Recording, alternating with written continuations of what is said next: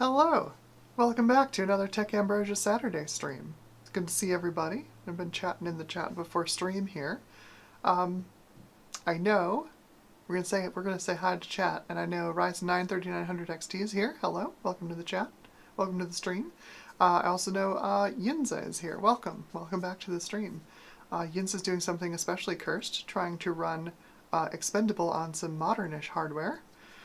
Which is going to be great. You're going to run into a problem in about 10 minutes. Let me know. When you do, I'll let you know what you need to do to get Expendable to work on a processor that modern. Charlotte Thorne, hello. Welcome to the stream. Good to see ya. Christopher Jackson, hello. Welcome to the stream. So, I hope everybody's had a good week. Of course, this has been holiday week here in the States. It's been Thanksgiving holiday. For those of you who celebrate and who, have good relations with your family, I hope it was a relaxing time. For everybody else, I understand, and I hope the next week is better.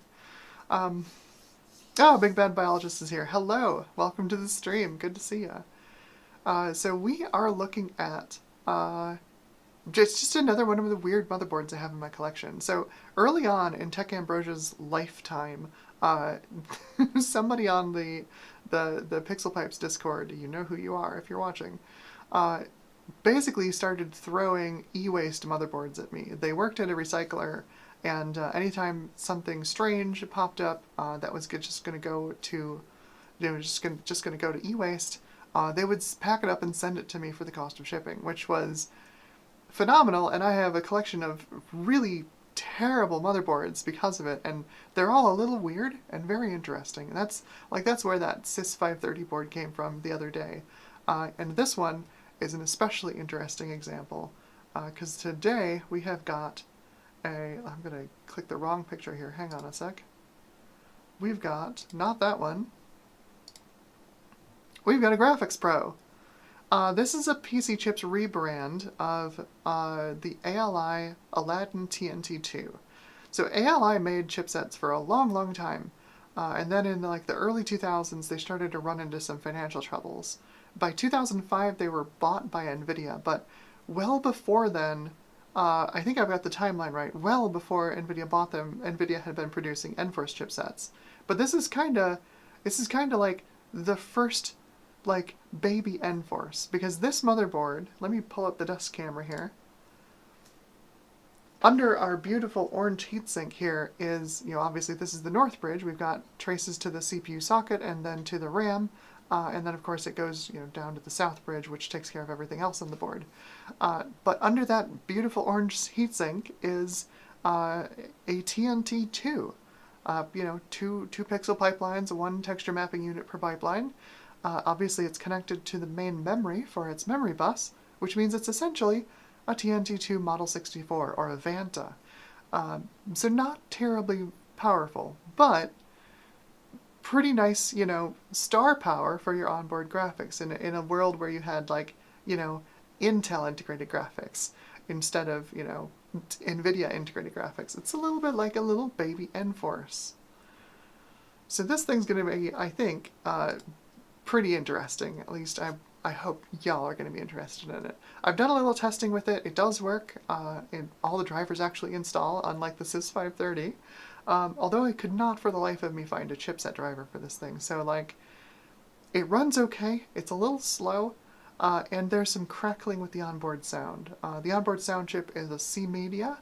I forget the model number. It's like a CMI 8736 or something like that. Pretty common PCI sound chip for the day. Not nearly as interesting, honestly, as that Solo 1 that was on the Sys530. There's very little DOS compatibility in it, I think. But given what this board was, you probably weren't going to be running DOS games on it anyway. So as far as the CPU I've got in here, these would have shipped as budget motherboards, so they would have gotten a mid-range Celeron, something like a... So a Celeron... Oh, that's in the wrong camera. Something like a Celeron 667 like this one here, which is not going to focus for me, is it? Of course not. Or something like that. I found a Tom's Hardware article where they tested these, and they used Celeron 800s for the boards, which would make perfect sense, honestly. I've also got a couple of other Celerons. I've got like a 533 Mendocino here, and then I've got a 633 Coppermine for overclocking attempt. At some point, I want to try and get my 633 to go up to a gigahertz. Back in the day, I know I've talked about it before, but I had my main system back in like 2000, 2001 was a 440BX motherboard with a Slocket and a Celeron 667 on board, and then I overclocked it to 950 megahertz by turning up the bus speed. And that thing was pretty great. I played through Serious Sam on that. It was a good time. On a TNT2 connected to a PCI bus. In this case, our TNT2 onboard this lives on the Northbridge. It's not even on the AGP slot. It is technically an AGP card, but it is a little limited by its memory bandwidth. Why don't we get this thing booted up and we can take a look at it. You can see what it can do. So let me switch over to the gaming setup. There we go. Awesome. I'll fire this thing up. Let me turn on my VGA. Try and turn off my VGA capture box because it gets a little warm when it's just sitting there. There we go. PC no signal. Excellent. Fire this thing up. Off we go. While it's booting, let's say hi to some more folks in chat. We've got George Z88. Hello, welcome back to the stream. Good to see ya. Udom, hello, welcome back. Good to see you again.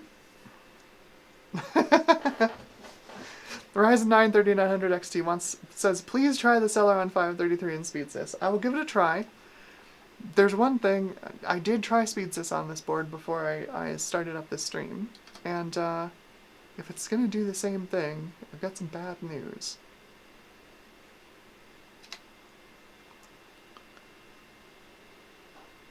If DOS will even start up here. Oh, I forgot to set my... Okay, I'll show you a little trick.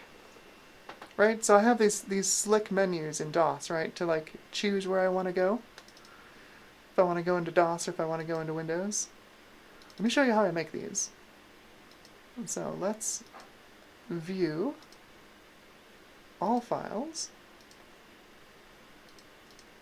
And I need... Where are you? msdos.sys. Let's open that up with Notepad. There we go. So if you open up your msdos.sys with Notepad, and that's different than, say, autoexec.bat or config.sys. There's a little option here that says boot GUI equals 1. Set that to 0, and Windows won't automatically load. So we save this. I think it's going to probably give me a... Yep, of course.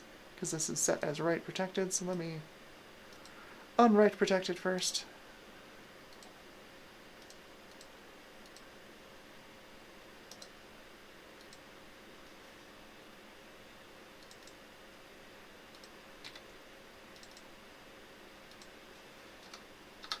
So boot GUI set to 0, and we'll save it. And the other thing you want to do is the menus are basically like the menus work like a little handoff. So in config.sys is the first thing that loads when DOS starts. And in there you define some environment variables, basically. They're menu targets. And then in autoexec.bat, you can catch those memory targets and then execute a particular number of setup options. So let me show you. We'll do config.sys here. I have so many from so many installers. It's my actual config.sys. Let's make sure it's not read-only. It's not. Good. So we'll edit that in Notepad as well.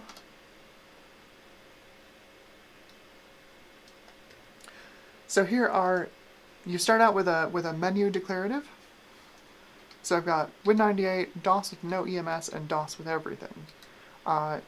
It'll execute the common tag first, so it'll always load high mem because I don't have any games I play that don't want high mem. And then set var is a part of the Windows install, so Windows knows what version of DOS it's running.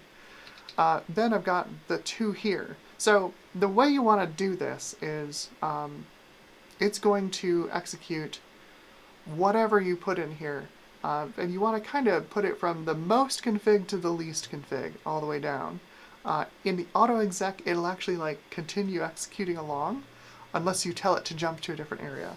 So you can end up like really screwing up your DOS install if you're not careful about these. But like here we go. So Windows automatically removes EMM386, which is annoying. So we'll put that back. But what I usually run is DOS no EMS. So this just runs, we've got the common high mem with test mem turned off because good lord, trying to test like, you know, the systems that I run this image on, you know, might have a gig of RAM in it. I don't want a high mem to test a gig of RAM.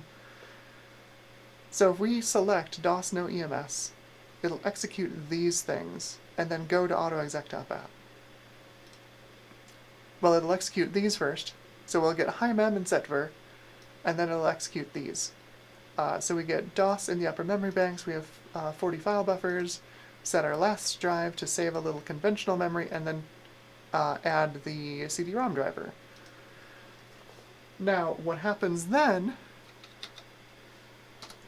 is it hands control over to autoexec.bat with like an environment variable saying what menu option you chose.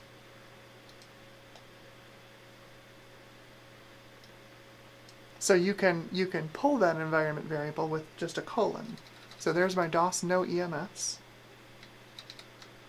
and that goes to DOS full, and that's just a regular go-to statement in a batch file. And it runs these things. I've got a bunch of sound card configs here that I've remmed out, but then the MSCDEX, you know, to catch we've loaded the CD-ROM driver, and then you need MSCDEX to like actually catch that and make a drive letter for it. And then of course Cute Mouse, which is, I think it's included with FreeDOS, but it's a really decent mouse driver.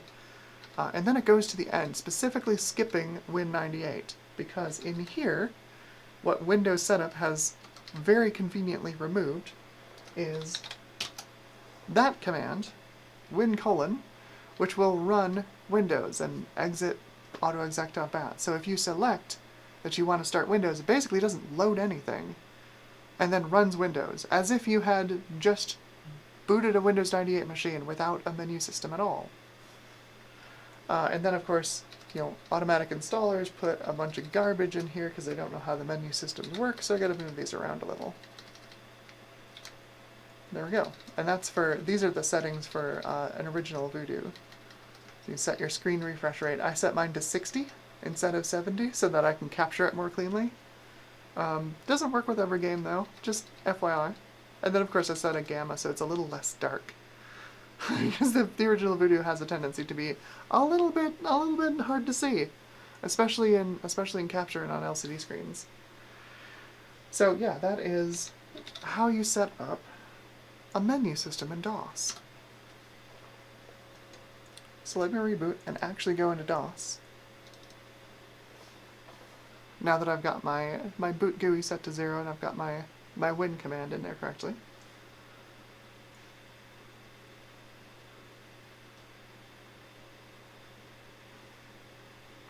And you can see we are running a very fast processor in this board. We're running a Pentium 3 1 GHz B. So this is quick. This is much quicker than you would usually use in one of these machines. So I'll load DOSBench and we'll run SpeedSys. Let's see if it'll work this time.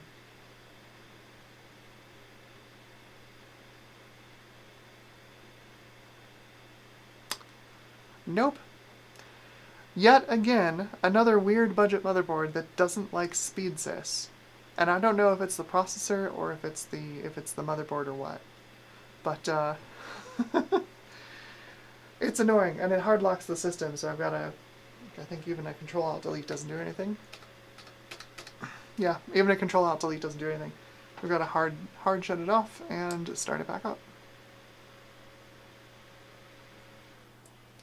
Unfortunately.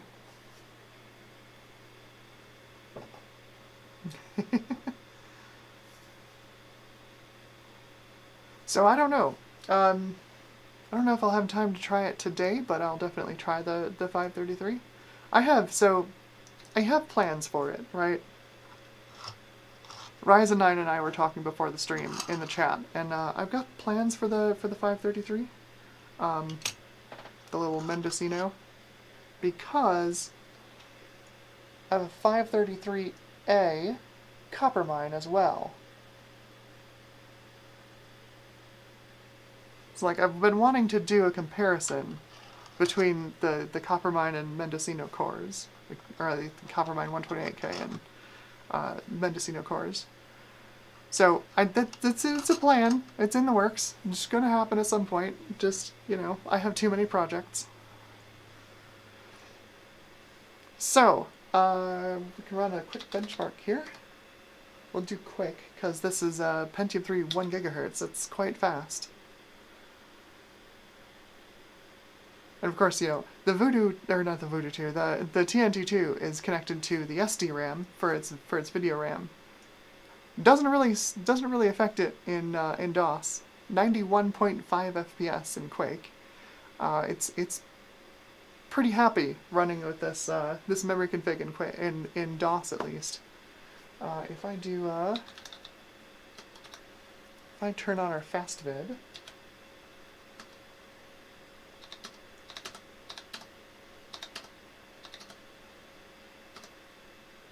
Okay. We should be able to run Quake at 640 by 480. We'll get about a quarter of the frame rate, but that's going to be pretty decent, I think. Over 20 at least.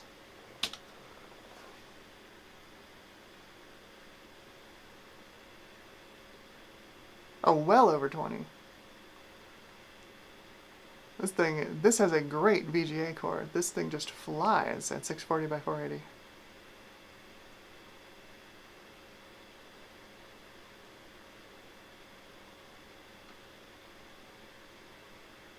Not bad. That is only half the frame rate. 47.6. Not bad at all. I'm pretty sure I picked the right option. Yeah, that looks like 640 by 480. It's a little squished. I wonder if I picked the 640 by 360 option. Let me check here. Yeah, no. E is Quake at 640 by 480.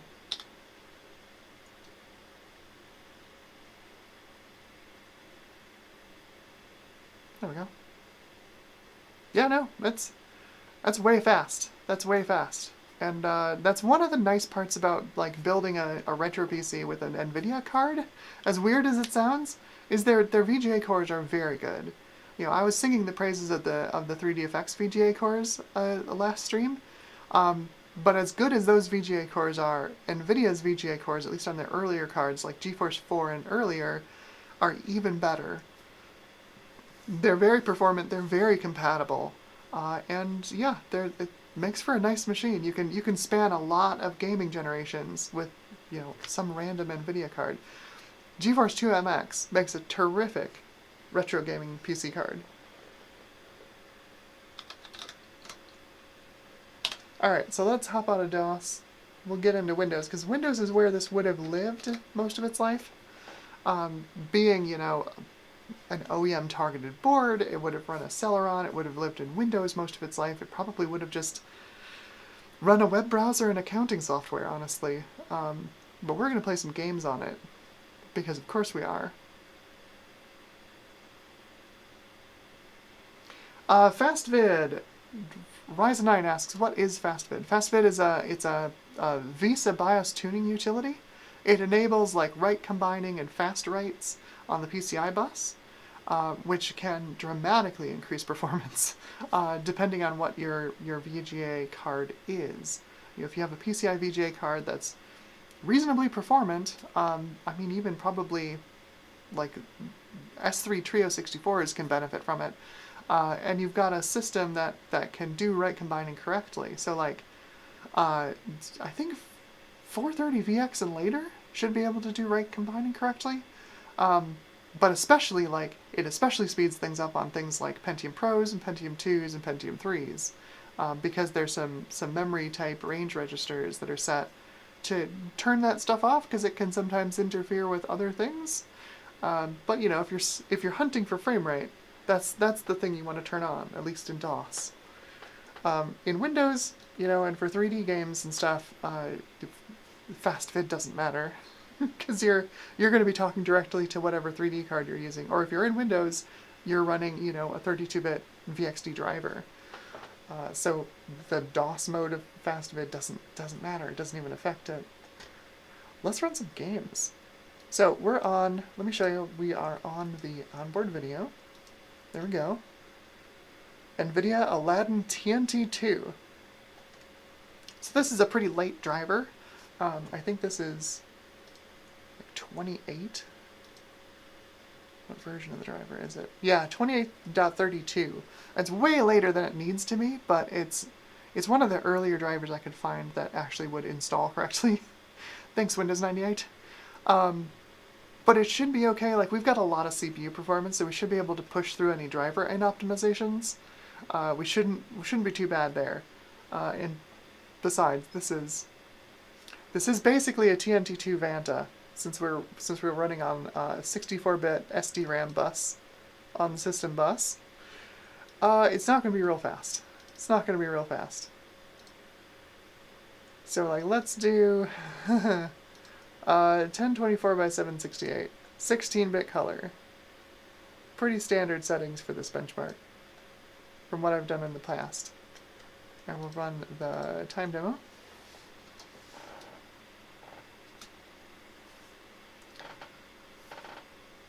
We've got onboard sound.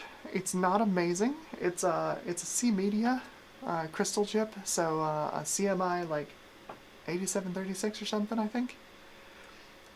The thing is, I have not been able to find the chipset drivers for this thing. So I've just got, like, I just installed, like, nVidia ForceWare detonator for the graphics drivers, and then separately installed the audio drivers. So there's some, like, awful crackling and stuff that goes on with the audio drivers. I've got my Diamond Monster sound with me here. And we can try that to see if it, you know, improves anything. I don't know if y'all can even hear it. Looks like the levels are pretty low.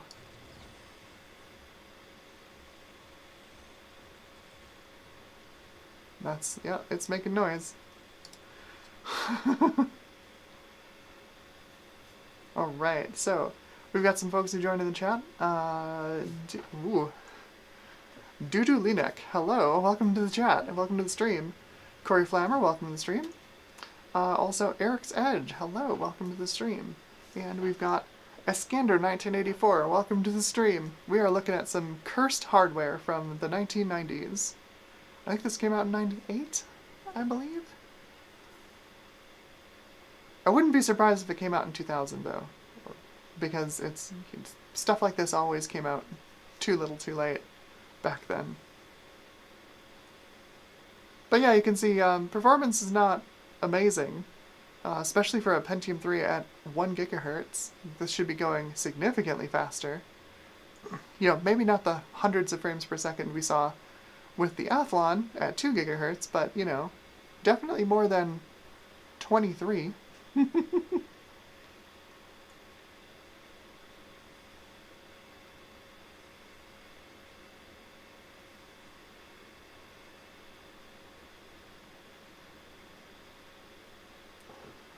Sam Berman, hello, welcome to the stream. Glad to have you here. Yeah, Eskander asks what CPU it is. A Pentium 3, 1 gigahertz, socket 370. B-stepping, so it should be the 133 megahertz runtime bus. Fastest CPU this board will run, which I don't think anyone ever would have put into this board back in the day. It was sold as an OEM option, like, right around the end of the Pentium 3's life cycle, really. The hot thing to build back then was an Athlon.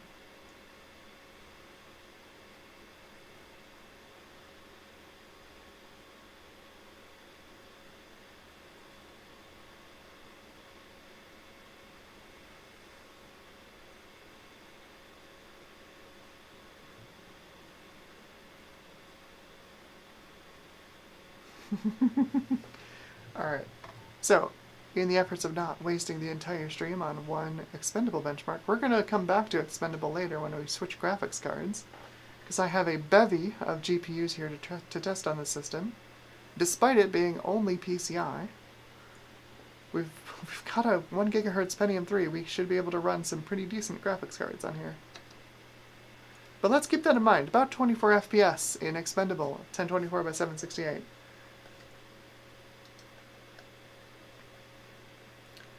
Let's see. Games. Now, one of the weakest parts of a TNT2 from back in the day was running Unreal on it, because you were forced to run it in DirectX, and Unreal's DirectX mode is not great. I have already pre-removed the Glide 2X DLL from this Unreal install. This is the GOG version. They include a Glide 2X DLL that is actually nGlide, so you can run it on modern machines under the Glide mode, which has no weird graphical problems. So, let's run this in Direct3D. Here we go. It's not looking promising, but we'll see. Hey, there we go. Good old Unreal. And of course I forgot to start up Fraps. Hang on. Let me fire up Fraps.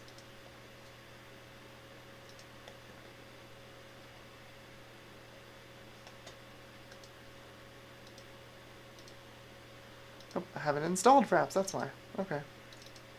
I've got it on here. Installs. Where's my Fraps? There it is.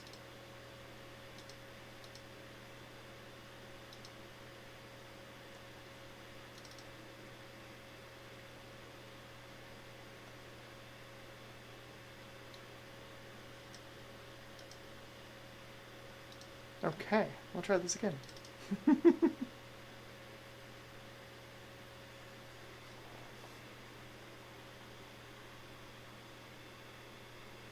Hello, Chris Dugatti26, welcome back to the stream.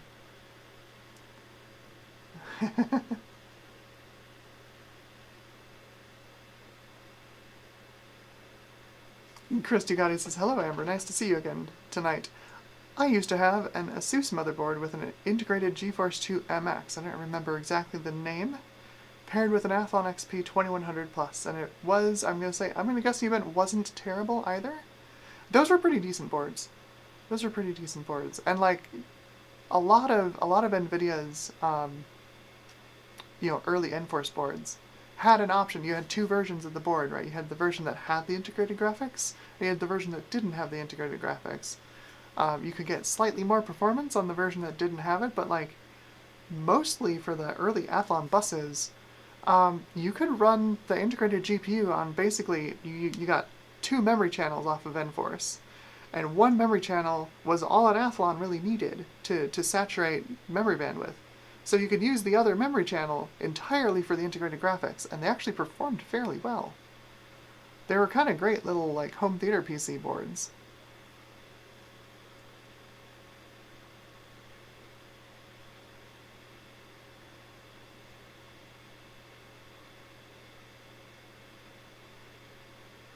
So yeah, she runs Unreal. About 30 FPS or so. Which again, it's a Pentium 3 1 GHz. This should run way faster. Way faster than 30 frames per second. We'll get there. Don't worry, we'll get there. We'll just establish a few baselines here with the integrated graphics. To be fair, like, this was, your other options for integrated graphics were like, the CIS 630 and 635 chipsets with CIS integrated graphics. You had, Intel with the i8-10 and the i8-15, I think, with the integrated, basically i740 graphics. And then you had this, which, was the least bad option. Yeah, at least it was, like, fully DirectX compliant. It was certainly more performant than, like, the SIS solution. What else should we run on here? Real quick, just to get an idea. Let's do Click 3. I've got the demo on here. We'll do this real quick.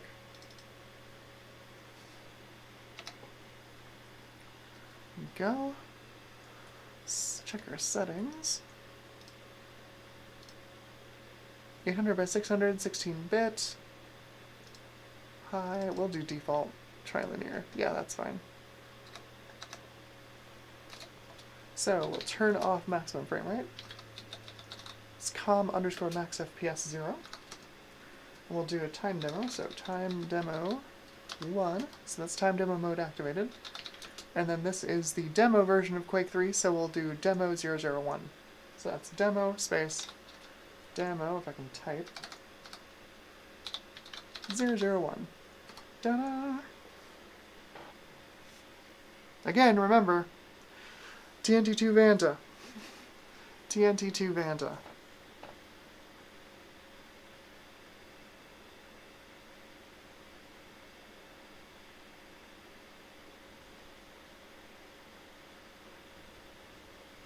Basically, it runs pretty well until you get some alpha effects on screen, and then the lack of memory bandwidth really starts to show its face.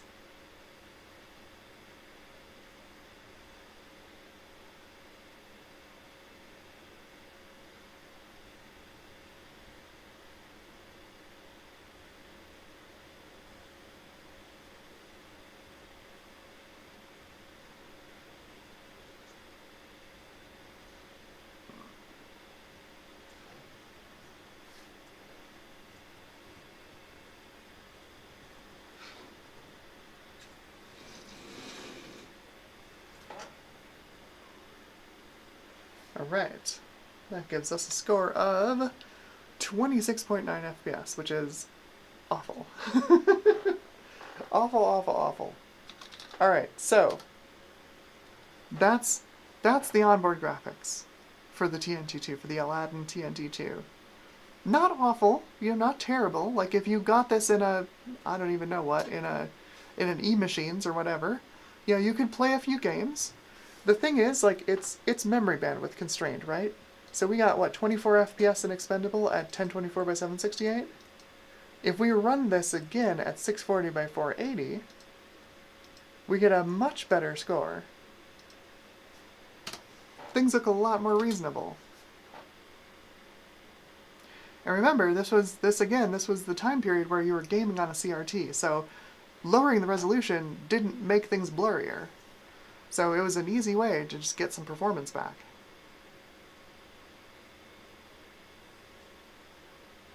I'm pretty sure this is, yeah, maybe this is stuck with its VSync on. I don't know. Maybe not. Yeah, no. 38 FPS, that's not VSync. Okay. But yeah, like, we went from, you know, what, 23, 24 FPS to, this is one of the more demanding parts of the demo. We gained 10 FPS just by lowering the resolution. And again, like, playing on a CRT, you don't lose, you know, sharpness lowering the resolution. You just lose some clarity.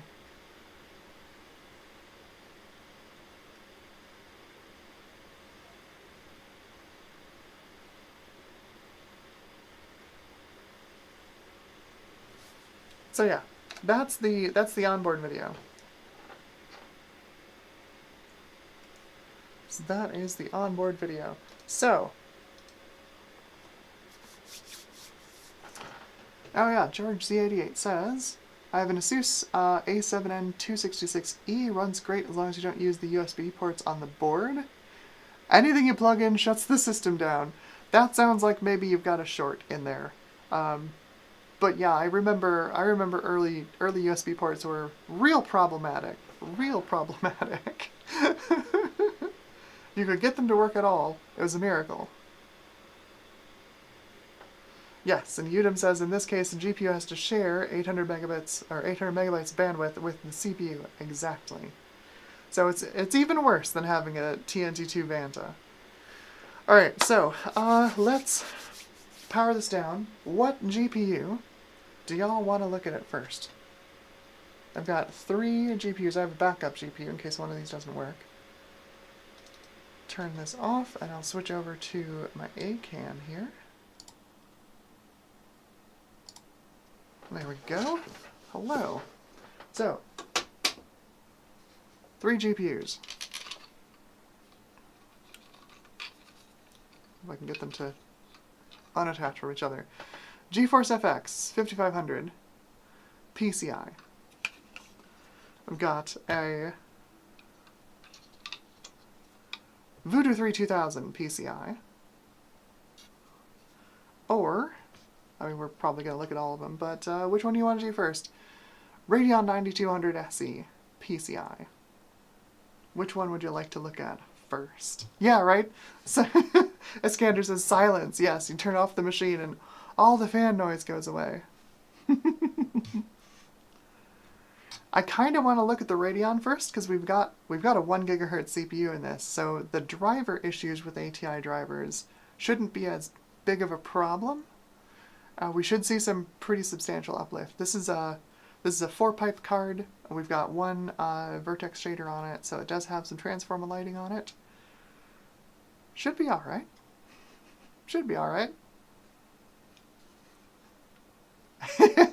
Iskander says S3 Trio. That's the board behind me, right there. That's got an onboard S3 Trio on it. I'm gonna do a video on that one because it's a real interesting board. All right, so plug that in. I'll switch the camera over to the desktop so y'all can see. Da-da-da, da-da-da. There we go. Lovely. So we've got the Radeon in. It does not require external power, which is nice. We'll move the monitor connection over.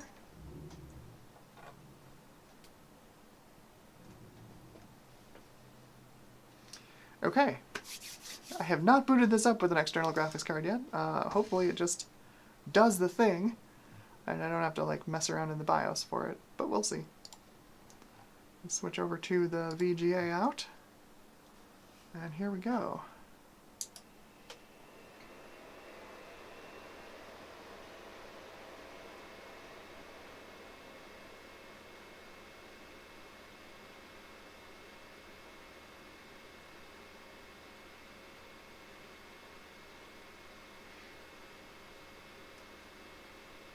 First thing I want to try, since we're running off of external video, will SpeedSys work?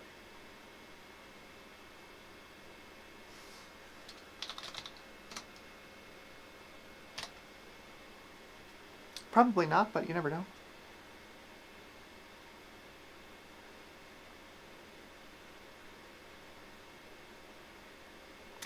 It works! It just needed external video. Hooray!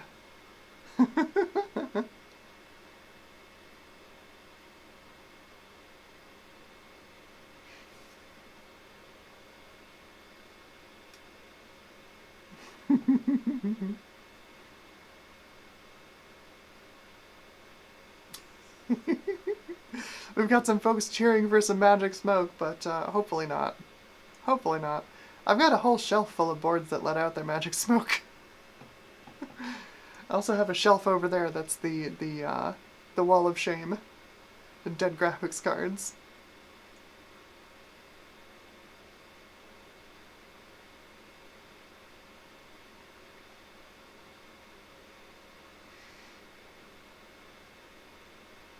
There we go. So we're extremely down on memory bandwidth. This reports, yeah, this reports like 300 megabytes per second of memory bandwidth to the SD RAM. Not great. Not great. We've got a bus clock of 133, and this is PC 133 SD RAM, but this chipset is just not giving us the memory bandwidth we would expect. Part of that is because we're sharing some of it with the TNT2 that's on board, and as you can see, you can't turn it off. It's still there, chewing up some memory, unfortunately. But hopefully, hopefully, adding an external graphics card should speed things up. Let's find out. I guess we can try DOS first. I'm not expecting a huge performance increase in DOS. The results we got with the onboard TNT2 were fantastic. So let's try Quake at 320 by 240 first, or 320 by 200. So this was 91.5 on the built-in video.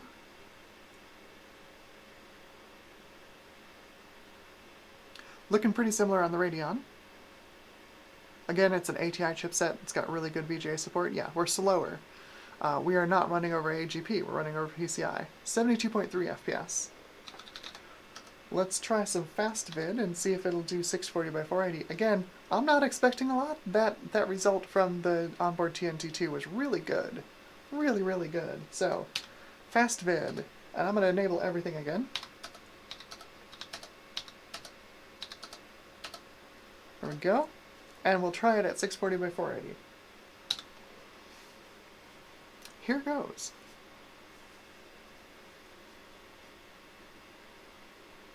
Looking pretty good. That's not a bad score. That's not a bad result so far. What were we at with the TNT? Like 47 FPS? Something like that? 59! 59! We're faster with the Radeon at 640 by 480. Nice! Heck yeah! See, they're not completely useless. Old Radeons aren't entirely useless. Alright, so I'm going to quit out of this and reboot into Windows. We'll get some drivers installed. I've got Catalyst 6.2 on here, which is, it's a fairly compatible driver, but it's pretty slow. It's pretty late in the driver evolution for these cards. But the nice part is it'll run pretty much anything, just not super fast. I'm hoping that because we've got a 1 GHz CPU, it shouldn't be that big of a deal. We shall see.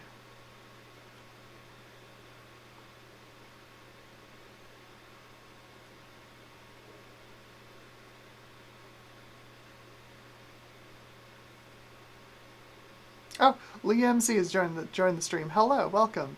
Yeah, the onboard TNT2. I mean, basically, you know, it's essentially a TNT2 Model 64 or a Vanta.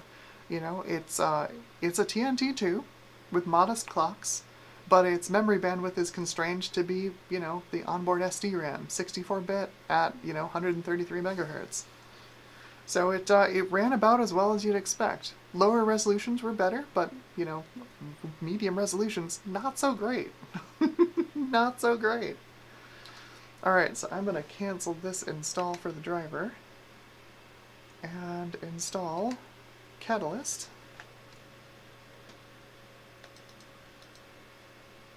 So my install folder, drivers, and then I've got Catalyst 6.2.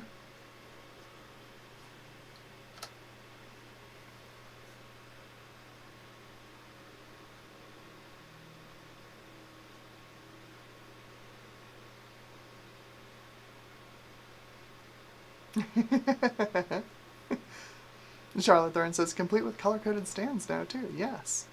I found Micro Center has their inland filament brand. Like, that's their in-house filament brand. They've got a brown that's really good for, like, AGP cards. So, like, I like to print them out for my AGP cards. That way, when they're on a shelf, I know exactly, like, what it is. So if I'm looking for a specific card, I can find, you know, what I'm looking for at a glance. They also accept tape labels, which is nice. I like these. And they haven't been super popular on Thingiverse, but I guess probably not a lot of people have, you know, 50 or 60 GPUs they need to store and sort through.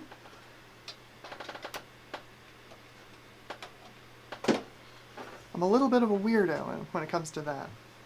Okay, so let's get this driver installed.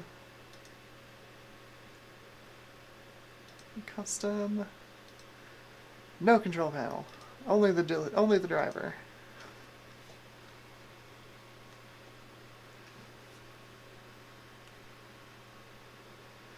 The 9200 SE is probably 64-bit, but it's DDR. Oh my god. Unbelievable. There's your ATI driver moment. Let me restart and let Windows install the VGA driver. I think that's what it's looking for. I'm sure all it sees is the onboard TNT2.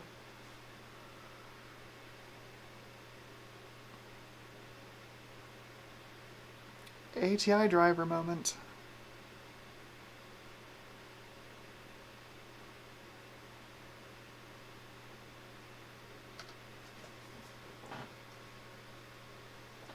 Yeah, so I think one of my... This is the backup GPU. This is an FX5200, also PCI.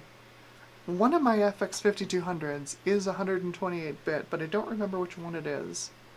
Technically, 5500 should be 128-bit, but I don't think this one is, because I think it's a little scammy. I don't think it's labeled correctly. Let's do... You know, I wonder if I can just directly install these. Unzip them all into that ATI support folder.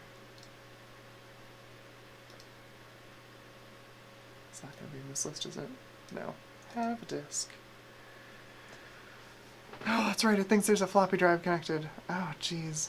Just sits there, looking for the floppy drive. Browse. There's no floppy drive. There's no floppy drive. Windows, there's no floppy drive. Okay, there we go. ATI support. There we go. 6.2. Driver. 9X. Bingo. Yeah, let's do it. Install those drivers.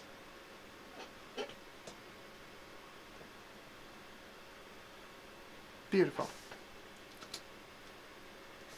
Let's say no, because we gotta get the other display. Because of course it's a 2-monitor card, so it looks like 2 display adapters. Yeah, now we'll reboot. There we go. Okay, we should have drivers installed now. Only took a little bit. It's fine. It's actually a minimum amount of jank for an ATI driver install. Corey Flammer says, benchmarking, it's not just a hobby, it's a way of life. It is for me, I guess. It's a thing that I do. I really enjoy doing it, so...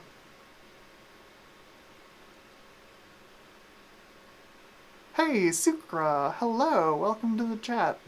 Good to see ya. It's been a while. We're trying out some, some janktastic motherboards here.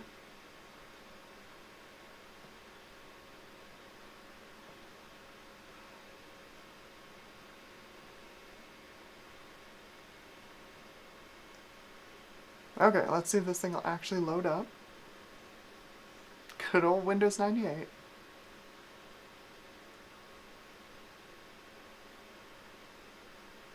I know this is riveting television. Not quite ready to say it's crashed, because I have had this take a long time on first load.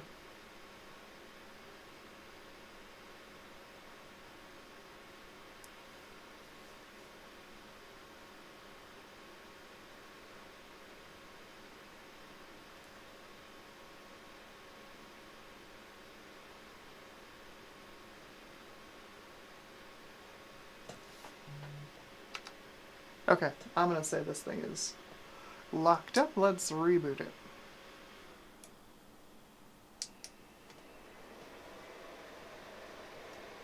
Yeah, so most of the noise, obviously, is... all of the noise is the CPU fan, but like this thing is so out of balance, it sends vibrations through the whole desk that I'm working on here. You can feel this stupid CPU fan through the whole desk. It's really terrible. It's unfortunate too, because like it's not easy to find socket 7 and socket 370 compatible heatsinks these days. They're not easy to find.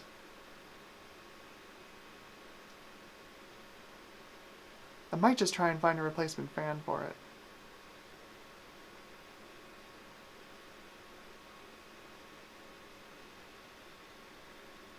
Come on, Windows, you can do it. Come on, Windows. Solid Snake 680, hello, welcome to the stream. Yes, we are running a Pentium 3 1 GHz on a PCChips GfxPro motherboard. This is one of very few implementations of the ALi Aladdin TNT2 chipset, which, as the name suggests, crams an entire nVidia TNT2 core into the Northbridge as integrated graphics. Right now, I am trying to get Windows to play nice with some ATI drivers, which is always fun.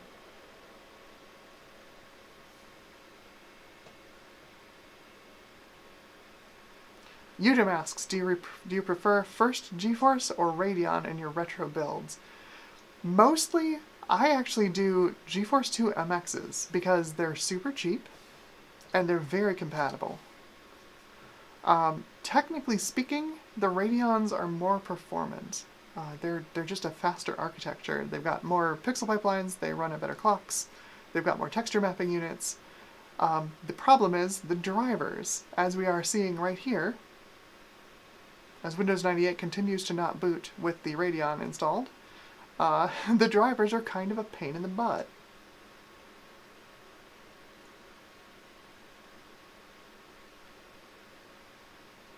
We're going to give up on the Radeon here, because it just doesn't want to do it.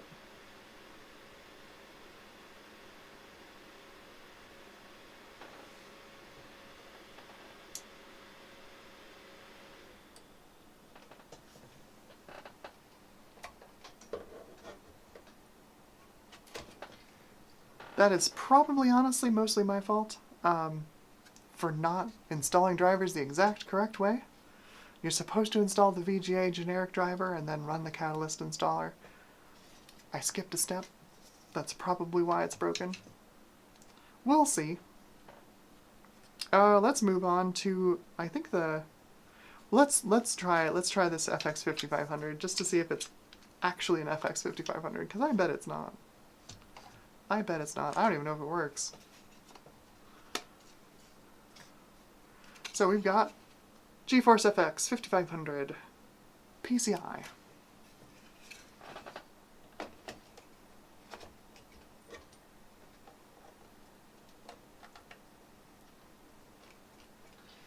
We are in search of more frame rate than the onboard TNT2 can deliver.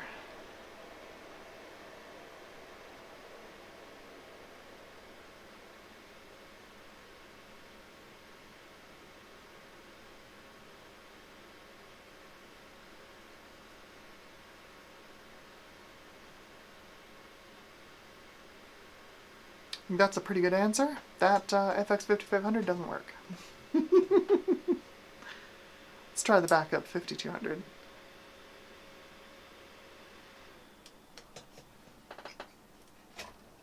If you were actually unlucky enough to have this machine as your computer back in the day, I think an FX5200 probably would have been a pretty normal upgrade path for you. So this is a PNY. This is the GfxPro PPB, which doesn't really mean a whole lot. I think it's their higher performing variant of the PCI FX5200, but I'm not sure.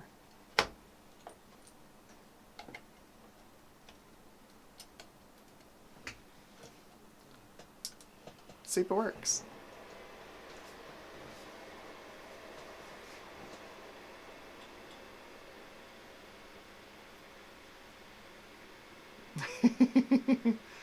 Charlotte Thorne says, ATI drivers being finicky, outrageous slander.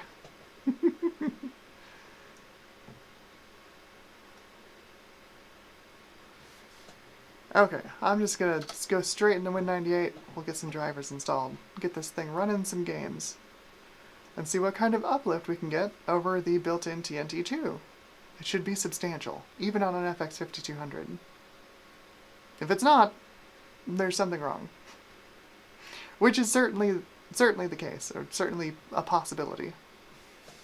Alright, so I'm going to let it do the generic graphics driver, Sure, we'll reboot. Great.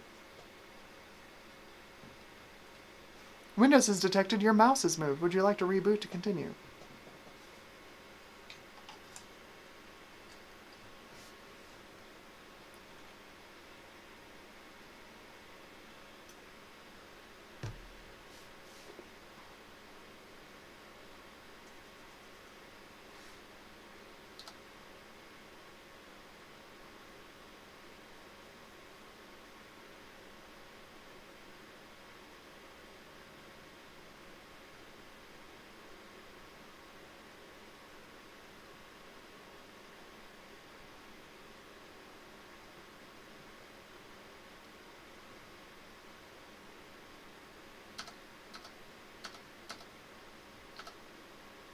Okay. Let's get some drivers. I'll throw 2832 on here again, I think. Is that gonna be new enough for the 5200? I think it is. Maybe that's why I picked it. It's way too new for the onboard TNT2, but I think it's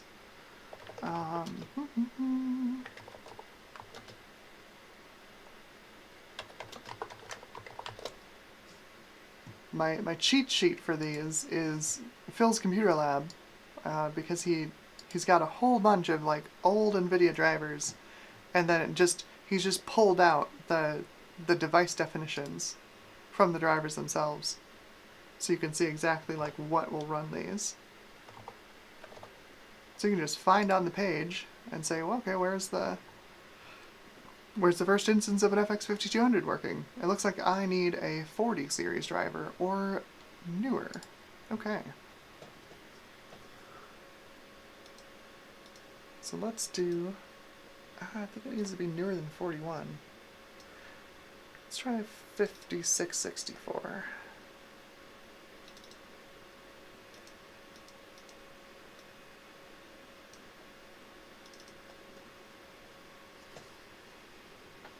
Hopefully, should work.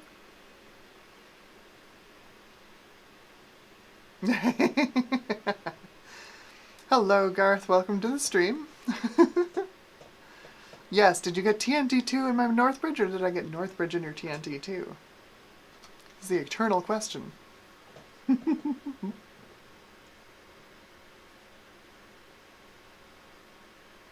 Solid Snake 680 says, I would build a retro PC for the old MechWarrior games. The nice part is that they're not super demanding, so like you don't need like super exotic hardware for them. MechWarrior 2 is a lot of fun. I played a lot of that. A lot of MechWarrior 2. Okay, so let's start up Windows.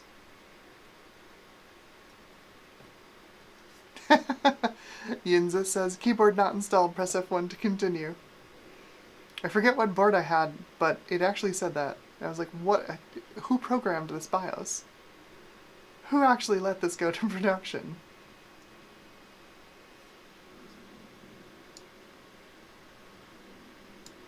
We are very out of phase. The screen has moved quite a bit over to the right.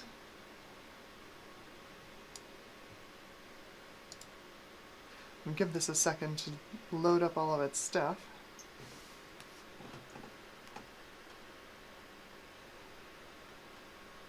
Stibor Koja, hello, welcome to the stream. I think I pronounced your name right, I probably didn't, but hopefully.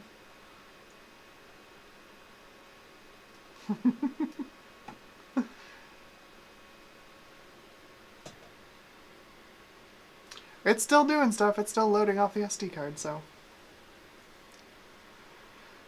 Sometimes you just gotta be patient with Windows 98.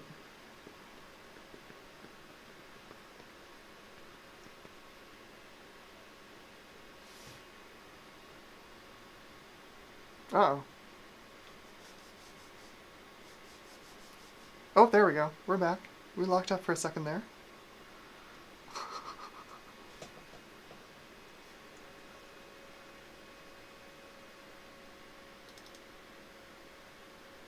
Come on, Windows, you can do this. Wouldn't that be terrible? You get this board, and you're like, oh yeah, I'll just throw in a nice PCI graphics card later. It'll be fine. And then it doesn't let you run any other PCI graphics cards.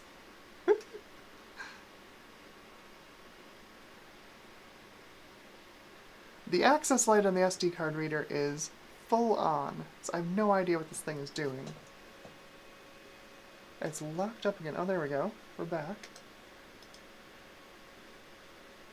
What is this thing doing?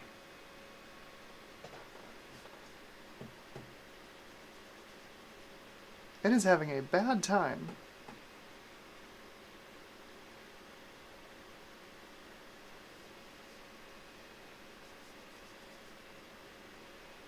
Alright, I'm gonna kill it, restart it.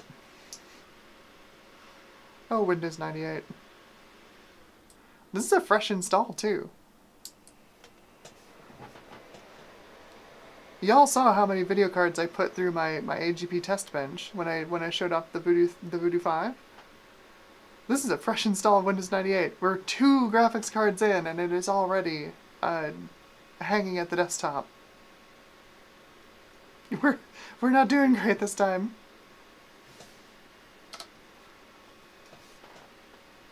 Skip scan desk.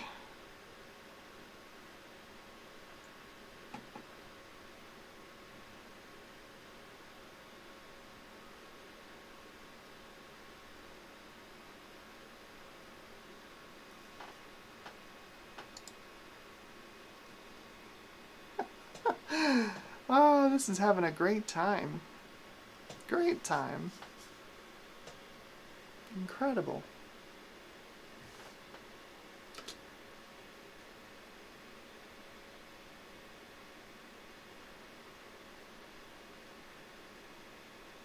Oh, we were locked up. Okay. This has been awful. I'm gonna do one last Hail Mary here to try and get this thing to go faster in games.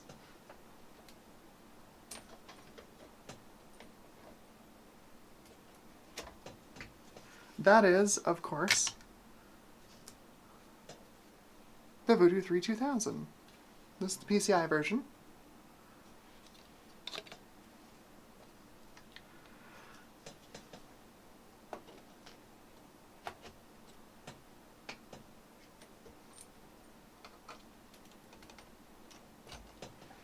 Thankfully, uses completely different drivers than the onboard video, and the drivers are pretty friendly to Windows 98.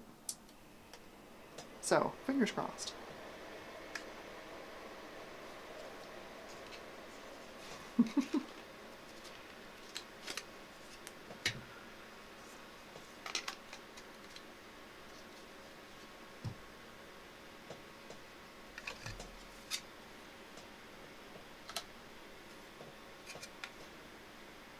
One or more of your drives may have developed bad sectors. Probably not, but...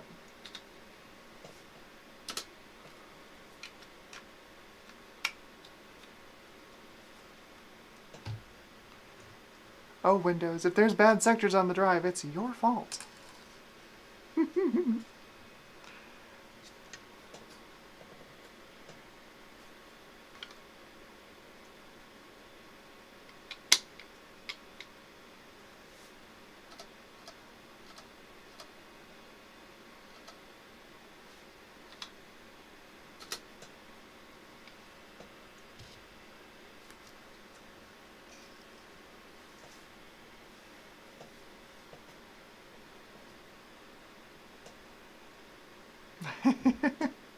Raz9 says, when in doubt, Voodoo out.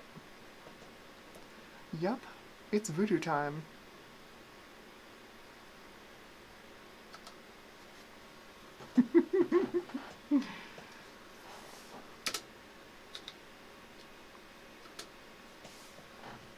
Blake DMC giving us a rousing rendition of AC/DC, thanks to the graphics card on the Northbridge.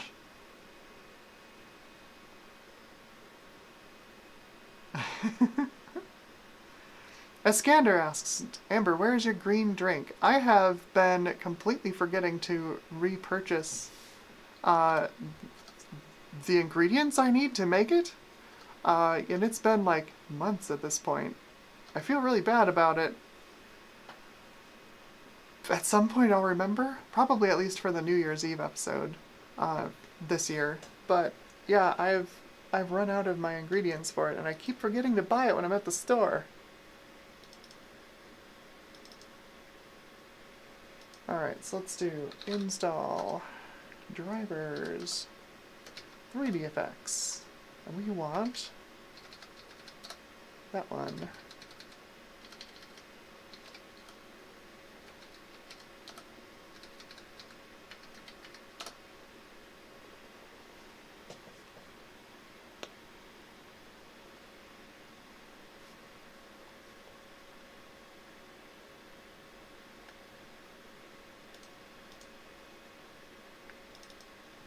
Reboot, see if it works, otherwise I'll use the device manager. Point it to that driver directory.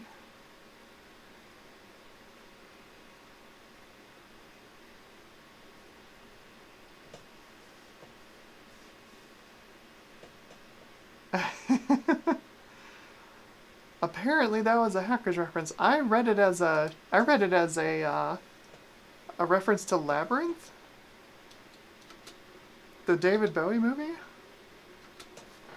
'Cause like, yeah, that's what I think of when I think of a voodoo card.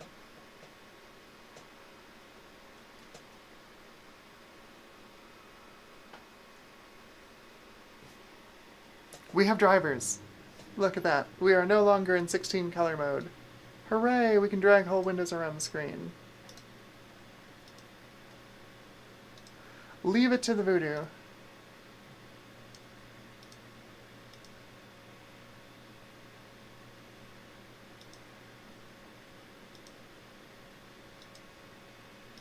Make sure we are at 60 Hertz. Should look the best.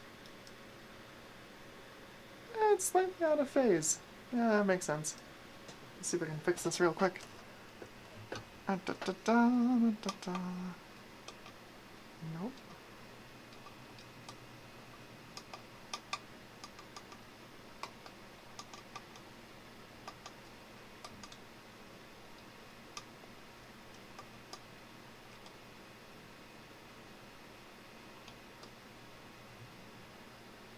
Oof.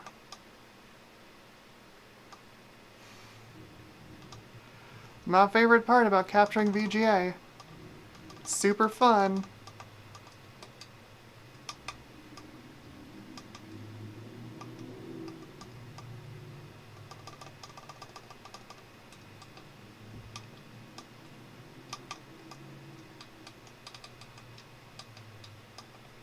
There we go. That's not so bad.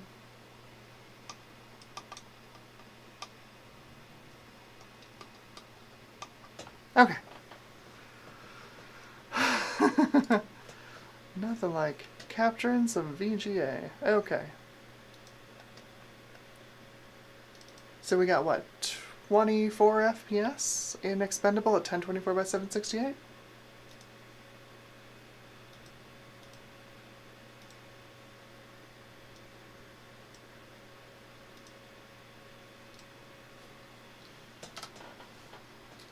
To witness the power of the voodoo.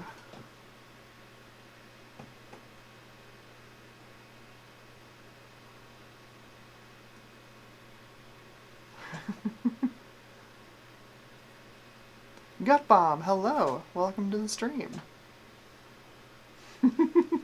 Ryzen 9 says, pivot! Yes, exactly. Here I thought, you know, installing the drivers for a couple of PCI graphics cards would be a, you know, piece of cake. Piece of cake. No. This looks like it's locked up now. I wonder if that's a stupid sound chip.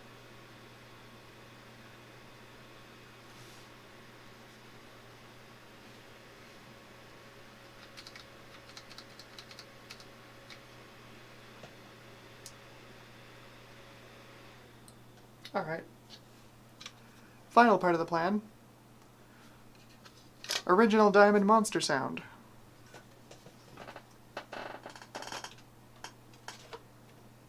Let's take this terrible onboard sound chip out of the equation.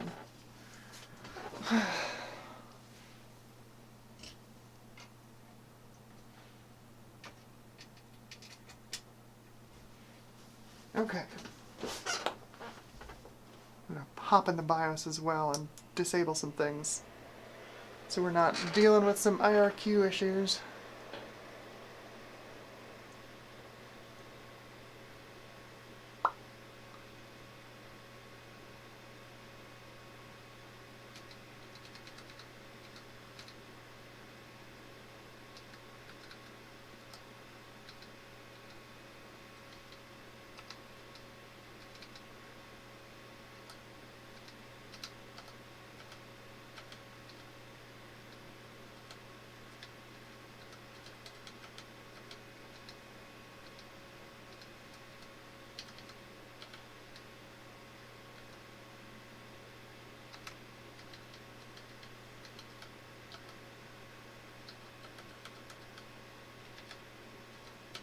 Turn off the trend Ghibli virus too. That's always a problem.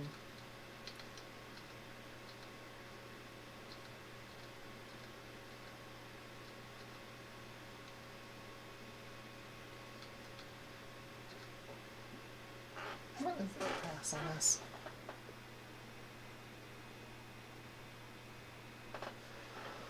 Oh, I don't actually know what the cast latency is on this RAM. It's 2.5. Okay, so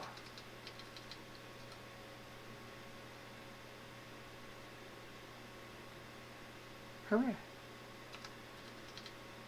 Save F10. Save and exit. Yes, there we go.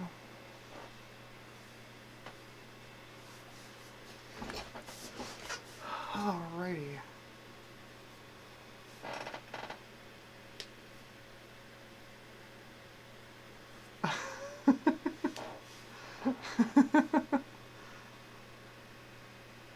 Gutbomb asks, when you reference the blank in my blank, are you referencing viruses or centipedes? Of course a floppy drive controller fails. There's no floppy drive, stupid machine. I actually don't know where the reference comes from. It's one of those things that I've just kind of had in my vernacular forever.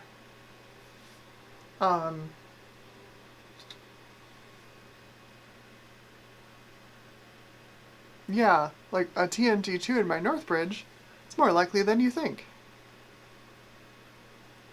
Uh-oh. I think we reset the PCI steering table. Yeah, we did. It's gotta reassign all of its stuff. All the drivers are gone. Good old Windows. Wow, we have a PS2 mouse now. There we go, there's our Diamond Monster sound. Let's keep that file, yes. Who cares about the joystick?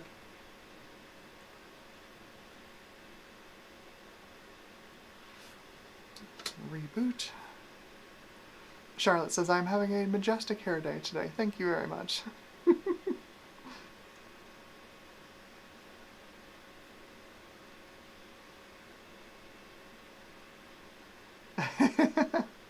Skander says you have to install good driver, don't use last versions. I mean, the 3DFX drivers are already kind of eh. I love that I turned off the floppy drive controller, now it fails on startup check. It's great. It's good BIOS design.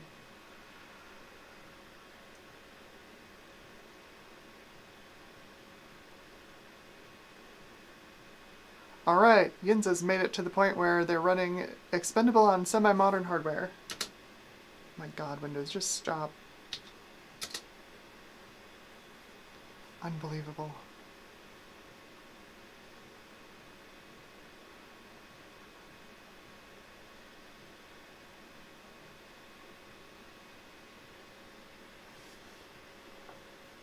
There we go. Hooray.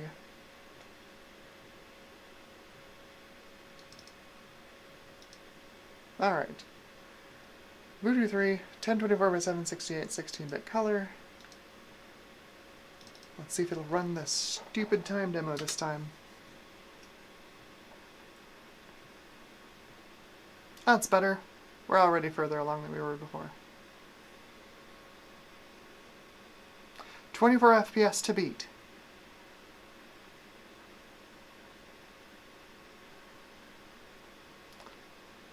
And we've locked up. Phenomenal. Windows, you're truly amazing. Oh my god.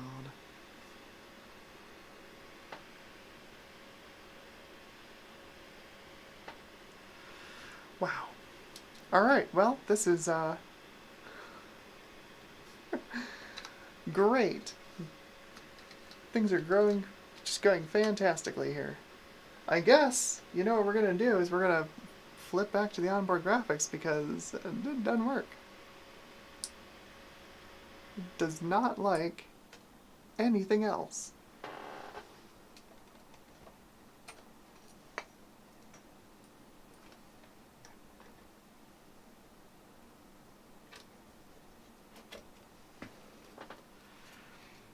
Like I said at the start of the stream, this is going to be a short one today because I've still got lots of packing I need to do tonight for my trip. So, unfortunately, I'm not going to sit here and troubleshoot these cards in this machine.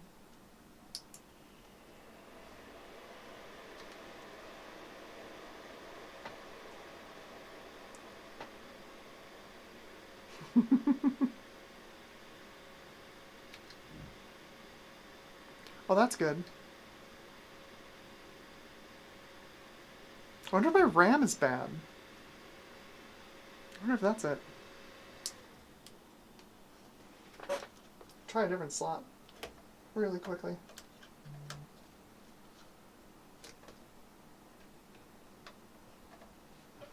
I mean, Sucre did say try loosening the RAM timings. He's not wrong. Something up with the RAM, that's for sure.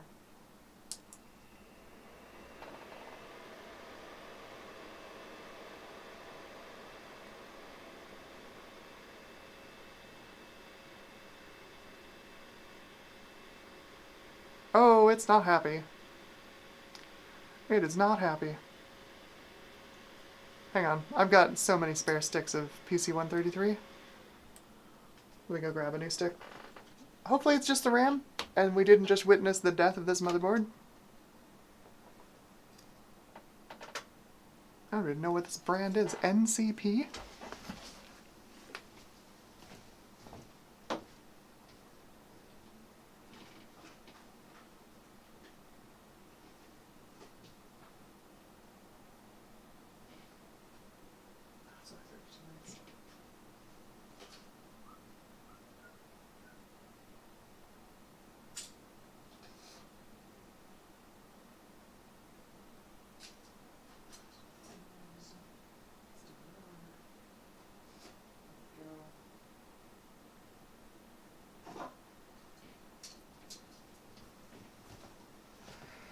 Oh, here's a couple of options. Let's try this one. 256 megs, PC133, CAS 3.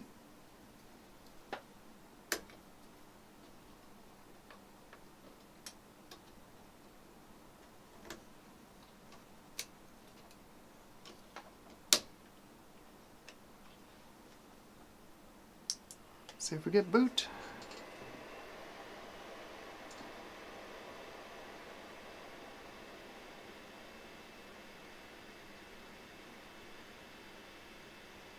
Oof, no.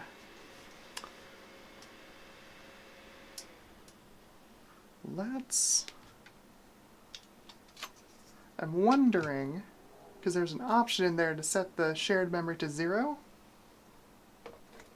I'm wondering if this thing is too stupid to, like, reallocate RAM if it doesn't detect another graphics card. So let me try and get into the BIOS with the 5200 here.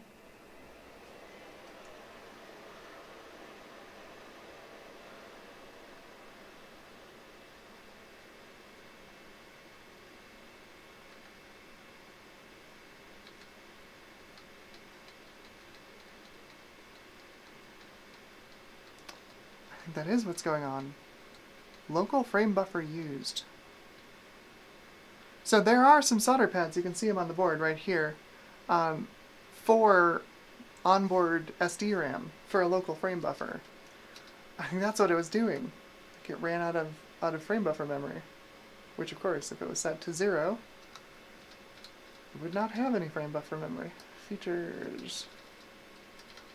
Where was that? Where was that? Advanced. Here's the aperture size.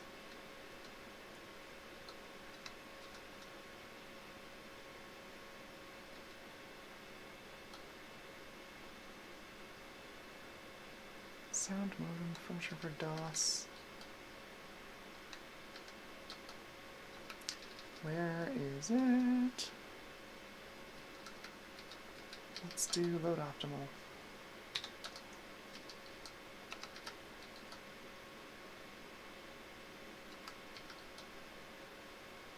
There we go. Shared memory size. Completely blind. Staring it right in the face. Okay. So that should be fine. I'm going to set an aperture of 16 because it doesn't matter. Who cares? Okay. And we will save. And exit. Let it write that to the BIOS.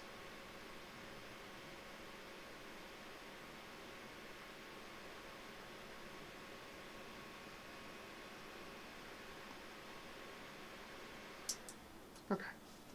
Now we'll run the onboard graphics card.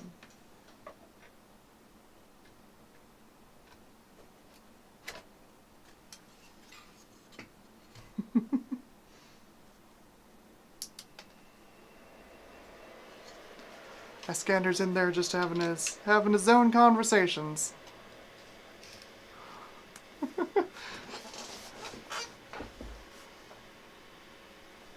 I don't know if he's like 10 minutes behind the stream or what, but there we go. Alright, so we're back on the integrated VGA. Screw off, ScanDisk.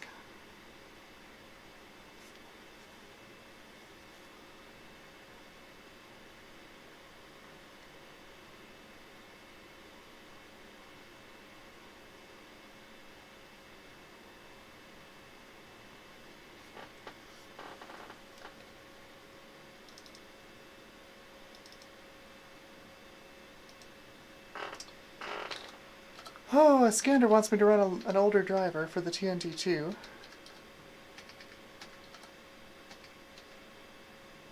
Which, yeah. A normal TNT2 you could run like Detonator 2.0. The Aladdin TNT first support arrived in, not as late as 6.31, but I think it was in the 4 series.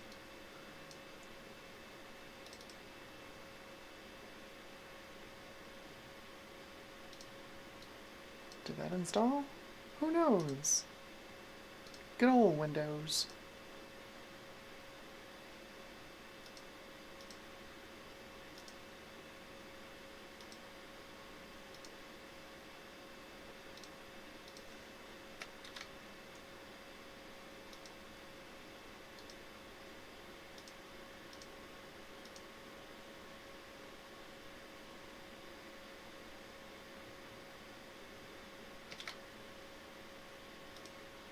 There we go.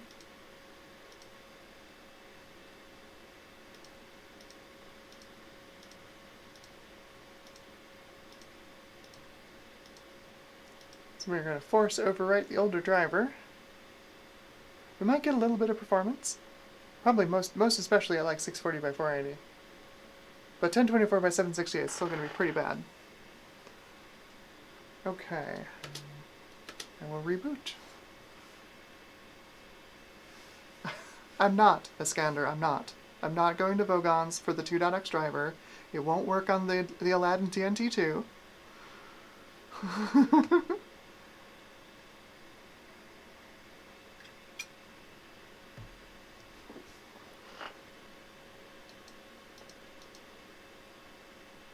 Oh my god, Windows.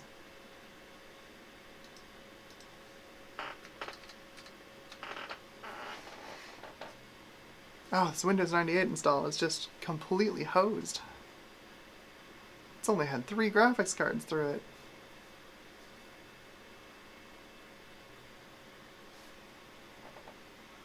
You win some, you lose some.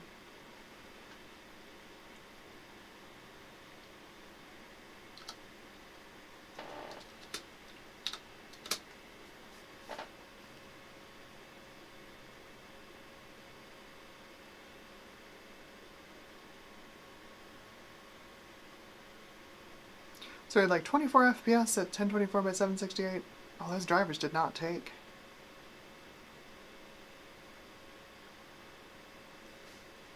Suddenly we have a GART.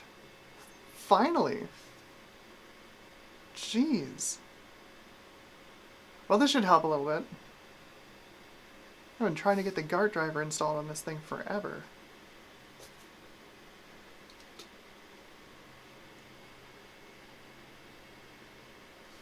Okay.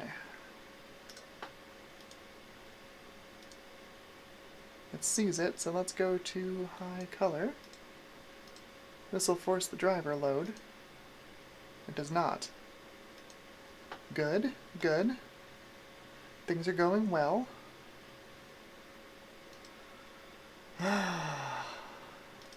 Windows. Windows, Windows, Windows.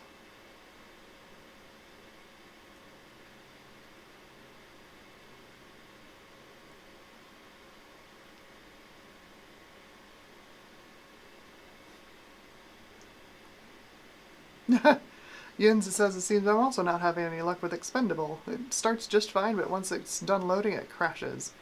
It's one of those days for tech, I guess. Just one of those days for tech.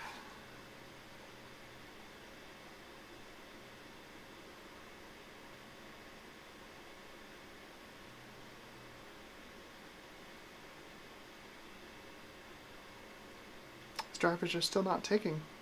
Oh, we still have more PCI stuff. Nice. Oh, here's our system controller again. If you wonder why ALi wasn't selling that many chipsets by the end of the 90s, early 2000s, it's mostly this. They're a real hit and miss in terms of quality. I could probably get this working.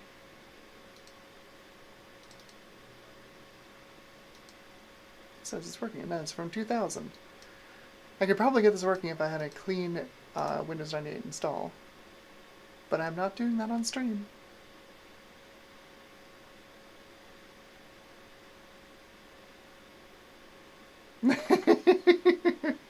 Charlotte Thorne says, I feel like there's a strong inverse correlation between doing cool stuff and Windows 98 install lifetime. Yeah, this one's done.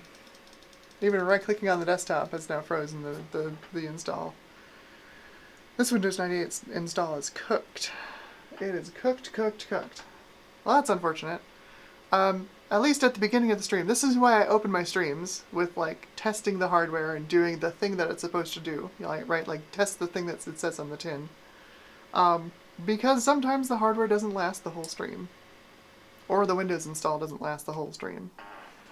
So, I need to start packing, because I'm heading out on the road tomorrow morning, bright and early. So let's go ahead and close this one out. This is a good stream. Not quite as exciting as the Voodoo 5, but certainly lots of tension. So, I hope everybody had fun, and I hope you enjoyed the stream. I'm gonna take another look at this board. This is literally the first time I've done anything serious on it. I just before the stream, you know, tested it, make sure it actually booted, and ran and installed its drivers. This is the most I've done with this board since I got it. Since it came into my possession. So I'll probably take another look at it sometime in the future. But until then, I hope everybody has a wonderful night, and I hope you enjoyed the stream, and I hope you have a great rest of your weekend, and hopefully the next week. Like I said, I'm not going to be streaming next week, so I hope the next week or two finds you well and having fun and enjoying life and doing cursed things to retro computers. So, yeah, Lee mixes driver cleaner. Yeah, I'm going to do my own driver cleaner, which is wipe the SD card and reinstall it. I have a whole bunch of images of DOS and Windows 98, Windows XP installs, just sitting here, ready to be written to an SD card fresh. So that's what I'm going to do later, at some point. Joe is here from Joe's Computer Museum. Did I miss everything? You did. I'm closing down the stream. if you watch through the beginning, once the VOD goes up, we did get the thing to run and run some games. It's about as slow as you'd expect it to be, being an IGP TNT2. But unfortunately, the Windows install just slowly corrupted itself over the course of the stream, and at this point, right-clicking on the desktop locks the entire machine up. So I'm calling the stream for tonight. I've got to go pack some stuff for my trip tomorrow. I hope everybody has a wonderful night and a great rest of your weekend, and I will catch you all in the next stream. Have a great night.